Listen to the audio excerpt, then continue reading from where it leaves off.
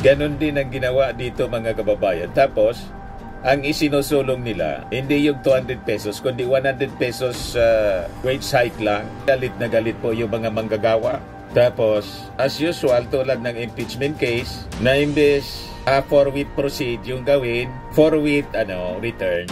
That the Senate approved its 100 peso wage increase version as early as February 19, 2024 and sought its adoption by the House.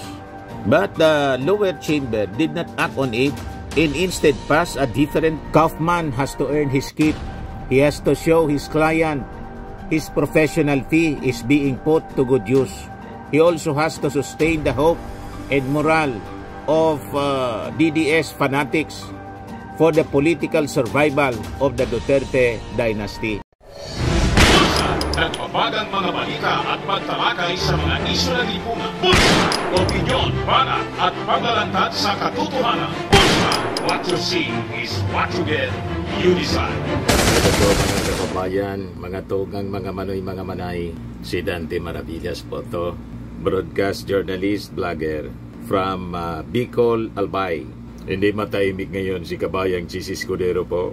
Yan, sabi niya, sila ang huli. Kami ang sinisi. Escudero calls out House for sitting on wage hike bill.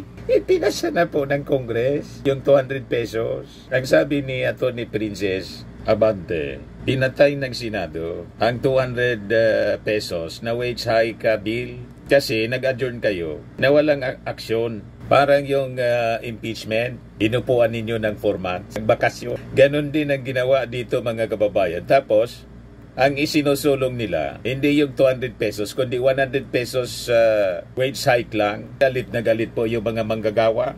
Tapos, as usual, tulad ng impeachment case, na imbes forthwith proceed yung gawin, forthwith return, remand. Diba? May pattern po ang behavior ng Senado. Tapos hugas kamay mga kababayan si Chis Escudero dito sa issue ng wage hike. Itinuro yung Congress. Ang Kongreso po, mabilis umaksyon sa mga pending bills. Kaya nga po yung performance ngayon ng Congress sa pamumuno ni excellent pamumuno ni Martin Romualdez. Na-insecure kasi kayo kay Martin Romualdez. Yan ang tingin namin Kasi mabilis umaksyon yung Congress. Efficient po sa trabaho. Yung Senado po tulog-tulog, tinulugan pati yung impeachment case ni Sara. Ito sabi dito sa balita, Senate President Francis Escudero has strongly criticized the House of Representatives for the 19th Congress failure to pass a legislated wage hike, accusing the lower chamber of habitually delaying crucial measures. Malabo po kabayan na maniwala sa inyo. Mas mabilis umaksyon yung Congress. Pinasa nila yung 200 pesos. Pagkatapos kayo, sinusulong ninyo 100 pesos. Galit na galit yung mga workers, mga manggagawa. Talagang binarat na. Binarat ng todo. Okay na sana yung 200 pesos. Kasi po yung hinihingi ng mga manggagawa, 1,200 yata yun. Medyo sobra naman. I think itong 200 pesos per day na wage hike, magiging acceptable na rin ito para sa ating mga employers. Kasi pag sobra-sobra naman po yung pasweldo na hinihingi, may global crisis po tayo sa economy. Lalo ngayon, may gera na naman po, nadagdagan pa yung gera, yung Israel-Iran war. Malamang magtaasa na naman yung presyo ng mga bilihin. Maapektuhan mga kababayan yung ating economy. Diba? Pati mga petroleum products. Kaya medyo, siyempre, pinag-aaralang mabuti din ng Kongreso at tingin nila sa kanilang pag-aaral okay na yung 200 pesos per day wage hike. Ngayon sinusulong ng Senado 100 pesos lang, binabarat yung ating mga workers. You see, pagkatapos ngayon biniblame ni Chis Escudero. Ang hilig mong mang-blame, i-blame ninyo yung kabagalan ninyong gumalaw. Napakalinaw, pati sa impeachment case po. Sabi nga ng iba, talagang sinasadyaan niya na i-delay kasi karamihan sa mga senador kakampi ni Sara. O di quit na lang ninyo po kung kampi kayo kay Sara, pero hayaan ninyo yung prosecution na i-present mo na yung mga ebidensya. Ang gustong mangyari ng Senado, dismiss. without trial. Saan ka nakakitang ganon? Anyway, mamaya, pag-usapan natin yung mga development sa isyong yan. Dito muna tayo sa sinasabi ni Chis Escudero. Inaaway na naman po yung Congress. Ayan o. He pointed out that the Senate approved its 100 peso wage increase version as early as February 19, 2024 and sought its adoption by the House. But the lower chamber did not act on it and instead passed a different version of the measure for a 200 pesos wage hike a year later on June 4, 2025, just days before the June 11 adjournment. Hindi inada po kasi barat naman yung 100 pesos. Kaya inaral nila muna. Ganun ang Congress. Hindi sa dinidili po. Hindi po kasi katanggap-tanggap sa ating mga manggagawa na 100 lang. Nauna nga kayo na magpasa ng wage hike. Kaya lang barat. O di ba? Mga kababayan, alin ang gusto mo? Nauna nga pero 100 pesos. Na yung Congress nahuli pero 200 pesos. Malaki yung kanilang ipinasa. So mas katanggap-tanggap dapat yung pinapasa nating batas. Katanggap-tanggap lalo suweldo ito ng mga manggagawa. Katanggap-tanggap para sa kanila. Yes, sabi dito ni Escudero. May proseso kung gusto talaga nilang i-adapt yung bersyon ng Senado. Simpleng motion lang. Yan sa plenaryo ng Kamara at diretso na yan sa opisina ng ating Pangulong Marcos. Ayaw nga ng Congress kasi barat, hindi katanggap-tanggap. Representative of the people sila. Siyempre, kung ano yung katanggap-tanggap sa ating mga mamamayan, the general public, the workers, yun ang ipapasa ng Congress. Kayo kasi hindi man representative of the people. Duterte senators kayo. Kaya nga kampi kayo kay Sara Duterte. Gustong tigbakin yung impeachment case. Hindi na matuloy yung trial. Nagsabuatan yung mga udas na senador. Butit may magagaling na Fantastic Five na mga senador. Hindi umubra yung maitim ninyong balakin. Tuloy pa rin yung impeachment case. Tuloy ang impeachment trial. Sabi ni Escudero, it seems na may pattern ang belated action from the lower house. Tulad ng articles of impeachment laban kay Vice President Sara Duterte, which the House transmitted last February 5, just before Congress went on a session break. February 5, kayo yung nag-adjourn na mas maaga. Dapat February 7 pa yung session calendar ninyo. Minadali. Kayo yung nagmadali para hindi take up hindi ni-refer sa Committee on Rules. Sabi ni Tito Sen, yung articles of impeachment. Pagkatapos, bigla kayong nagbakasyon. 4 months na inupuan ninyo. Hinigaan, tinulugan. Inisisi ninyo yung Congress. 2 months lang yung Congress, kayo 4 months. Tapos dito naman, nagpasa nga kayo last year. Pero 100 pesos, wage hike. Yung Congress, 200 pesos. Alin yung mas maganda? Di ba? So dito po sa impeachment trial, hindi man dapat kayo nagbakasyon kasi may obligasyon kayo na forthwith proceed, mandato ng konstitusyon. Kahit bakasyon po kayo, may sweldo. So anong rason na magbakasyon kayo? Di ba? Ngayon lang naman kayo hindi magbabakasyon kasi napaka-importante yung mandato na konstitusyon, hindi pa ninyo magawa. Ngayon, ituturo ninyo, may pattern, ituturo na naman ninyo yung Congress. Mas efficient yung Congress sa kanilang trabaho kaysa po sa Senado. Kahit tingnan ninyo yung records, almost 95% ng mga priority bills, pending bills sa Congress na ipapasa nila. What about kayo sa Senado? Hindi nga kayo mga lahati sa performance po. You see? Kaya sabi ni Chis Escudero, talaga bang ganito ang gagawin ninyo? Yung impeachment, pinadala ninyo huling araw na lang ng sesyon namin. Ito, ganoon din, huling araw ng mga sesyon namin. Tapos, ayan na naman kayo, mamadiliin ninyo na naman kami, na parang kami ang may kasalanan. Malinaw naman po na kayo yung may kasalanan. Di ba?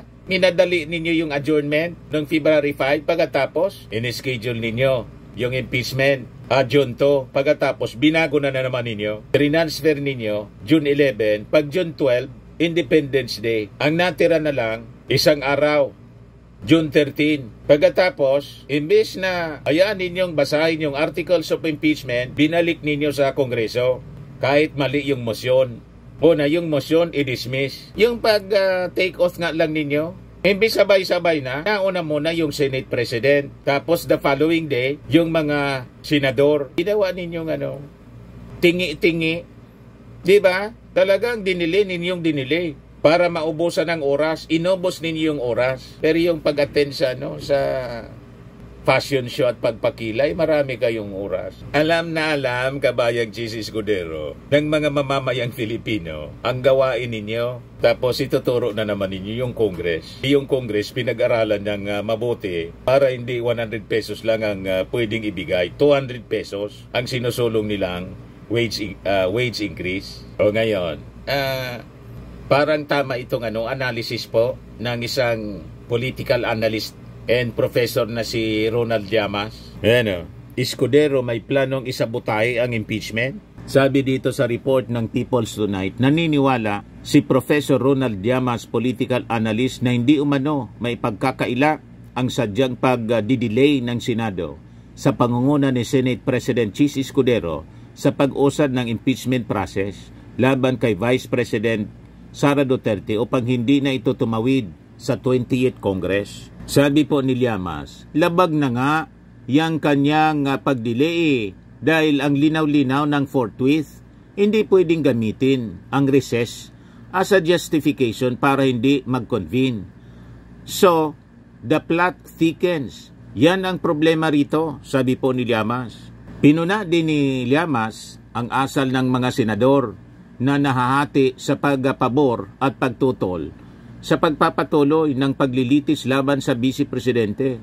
Sinabing habang hindi nagpapakita ng conflict of interest sa usapin ang ilang progresibong kasapi ng Senado, garapala naman ang ilan na nagsalita na several months ago na hindi sila papayag na ma-impeach si Vice President Sara.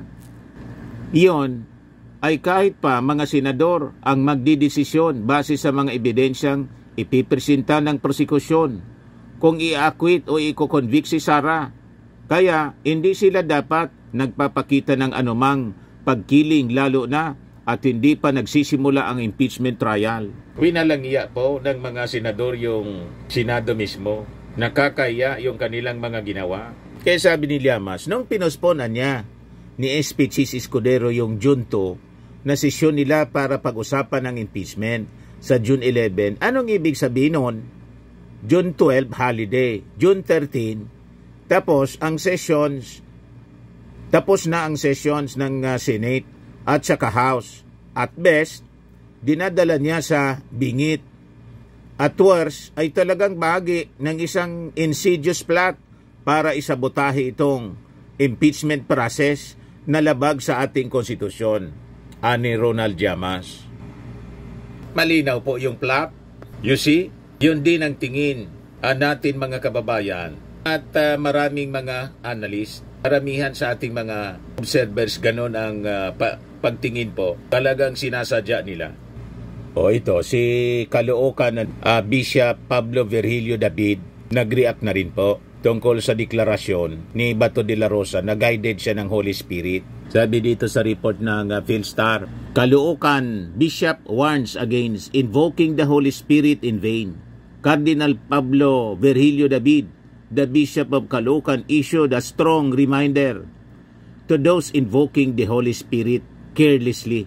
Sabi ni Cardinal David, Holy Spirit, there's a scary warning in Matthew 12:32 or 31 to 32. Therefore, I say to you, every sin and blasphemy will be forgiven people, but blasphemy against the Holy Spirit will not be forgiven. And whoever speaks a word against the Son of Man will be forgiven, but whoever speaks against the Holy Spirit will not be forgiven, either in this age or in the age to come. Mangilabot ka na, Bato de la Rosa. Sabagay, parang ang direksyon nga ninyo doon sa dagat-dagat ng apoy. Kasi doon gusto magpresidente ni Sara. Di ba yung sabi ni Sara? Drag me to hell. Pag ako niya napunta doon sa impyerno, ako ang magiging presidente doon. Talagang iginuhit na ninyo sa inyong palad ang inyong destiny. Di ba? Ngayon, si Erin Tanyada po, Liberal Party Acting President, nag-react na rin po. Sabi niya, sinasabi ng kanilang mga troll, hindi nakakain ng impeachment. Ang nagsabi niyan po si Attorney Erin, si Bongo. Pero ito ang dapat nating itugon. Hindi nakakain na ang katiwalian. Hindi nakakain ng pagsisinungaling. Kung may nagnakaw sa pera ng taong bayan, kailangan silang panagutin. Correct. Accountability po ang kailangan dito. At saka, sabi ng mga UP professors na nag-react doon sa sinabi ni Bongo na hindi nakakain ng impeachment, ang kasuan niya na nakalagay sa impeachment, articles of impeachment, kasama doon yung pagnanakaw ng pera ng bayan. Pag hindi natin inaksyonan ng ganitong uri ng pagnanakaw ng pera ng bayan, hindi natin papanagutin tulad ng sinusulong na impeachment, talagang walang makakain ang mga tao kasi ninakaw na yung pera na pambili ng pagkain. O ngayon, doon naman mga kababayan sa sabi, nag-file ng petisyon yung abogado ni Digong para sa interim release. Nag-react na po yung National Union of People's Lawyer o NUPL. Kinontra nila mga kababayan yung plano for interim release ni Digong. So sabi nila, humanitarian pleas niya must not eclipse justice for his victims. Tama po. Unang-una, maganda naman po yung kalagayan niya doon sa ICC detention cell. Kompletong amenities. May telebisyon, may library, may gym para makapag-exercise siya. Masarap yung pagkain. Yung kwarto parang hotel. Habang yung mga biktima ng AJK po, nakalibing na. Di ba po? At hindi yun nabigyan ng due process before na pinatay sila.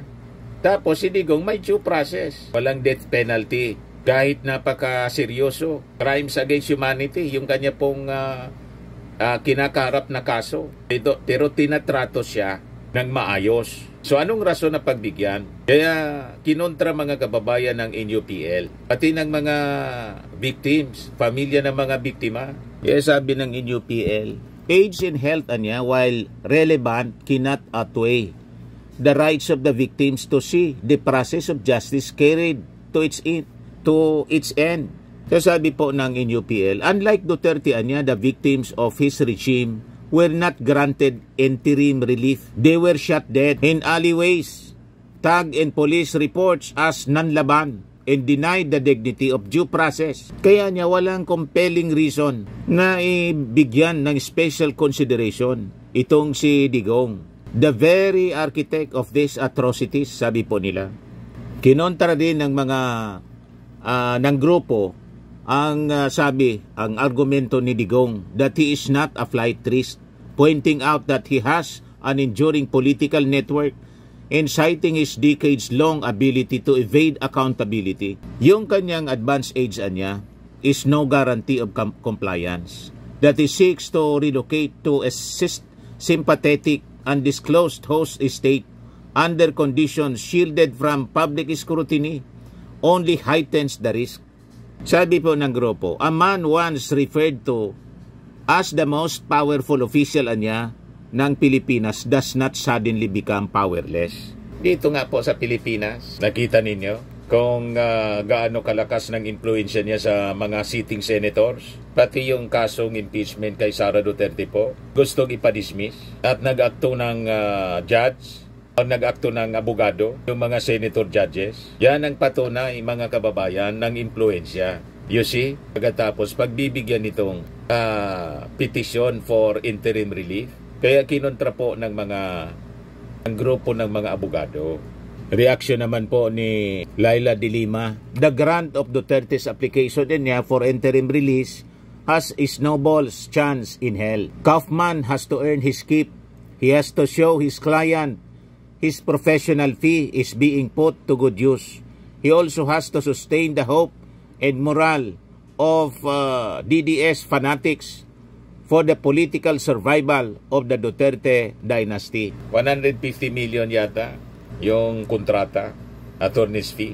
Siyempre dapat magpakitang gilas man si Attorney Kaufman. Lang nilaglag niya si Digong doon sa petisyon na sinulat. Ayan o. Sabi ni Kaufman, Mr. Duterte will not continue to commit crimes So, sabi ni Attorney Yusek Claire Castro, so may pag-amin ba niya rito? Inamin, will not continue. Ibig sabihin, nakakommit ng crime talaga. So, tama lang na kinaso siya ng crimes against humanity. Para daw palabasin, hindi na niya ipagpapatuloy pa ang pag-commit ng crime. Hindi nag-iisip itong abogado. Sayang ang bayad po. Yung kliyente, nilaglag po sa kanyang petition mismo nakasulat. Ano, malamang sibakin ito mga kababayan ni Sarah. Ba't na niya inamin mo? You see, mga kababayan? Sabi ni Yossi Castro, in one way or another, the council admitted that the former president had committed such crimes. Just a question, because they will include that in their motion or petition. Mr. Duterte will not continue to commit crimes. Sabi po ni Castro kahapon sa press briefing niya. Siyempre, yung pamilya ng mga biktima, sabi rito sa balita ng ABS-CBN, kukontrahin itong interim release. Ito naman po, Fairmax Firming and Lifting Cream, pinapahid po sa mga pulses in affected area. Mainam po sa paninigas ng mga kaso-kasuan. Ito naman po, Automax Radiant Serum. Sa mukha naman yung application, anti-aging po siya. You will look 10 years younger than your age. Sa mga cancer patients naman po, baka lang gusto ninyo itong itry. Nengsa Red Mixed Fruit Drink. Hindi mo po siya gamot, food supplement siya. Kaya lang, gawa siya mga kababayan sa goji berry. Yung goji berry, may anti-cancer properties. O ngayon, yung mga inquiries ninyo, dumiritso na lang kayo sa aming messenger sa Facebook para masagot namin agad. Ayos pa? Ayos na ayos niya, Mr. Maravilla. At sa mga nagana po ng malinis and spacious fitness gym, pumunta lang po kayo sa aming Colossal Fitness Gym. May Grab Car Rental din po kami. Ito naman po yung bago naming product na binibenta online. Eye Glow Serum, whitening po siya. Tingnan ninyo yung epekto sa aking anak na architect before and now. Yung mga inquiries po ninyo, dumiretso na lang kayo sa kanyang Facebook account, Riz Maravillas.